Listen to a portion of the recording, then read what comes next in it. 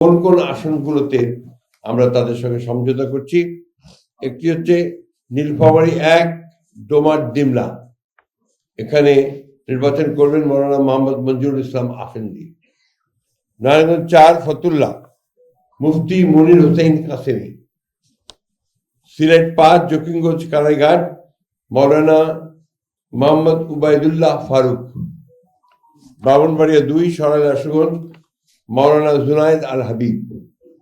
এই আসনগুলোতে আমাদের কোনো প্রার্থী থাকবে না। এবং ইতিমধ্যে আমাদের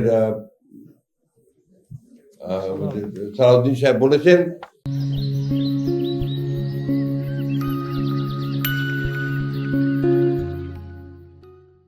এই সংগঠনের জমিয়তে উলামা ইসলামের বাংলাদেশের আমাদের অন্যান্য আসনগুলোতে তাদের কোনো প্রার্থী থাকবে না।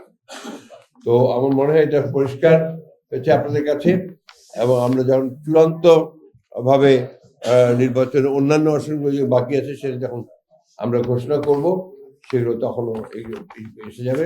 অর্থাৎ এখন নির্বাচন করছেন জমিয়তে উলামা ইসলাম বাংলাদেশ এই ঘোষিত আসনগুলোতে। এ ব্যাপারে আপনাদের সেখানে আমাদের কোনো প্রার্থী থাকবে না।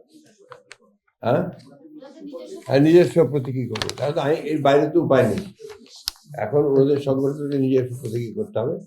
তো আমরা মনে করি যে আমাদের সর্বস্তরের নেতাকর্মী তাদের সম্পূর্ণভাবে সহযোগিতা করবেন, এবং জনগণ যারা ভোটার আছেন তারাও তাদের প্রতীকে ভোট দিয়ে ধানের শীষকে শক্তিশালী করবেন।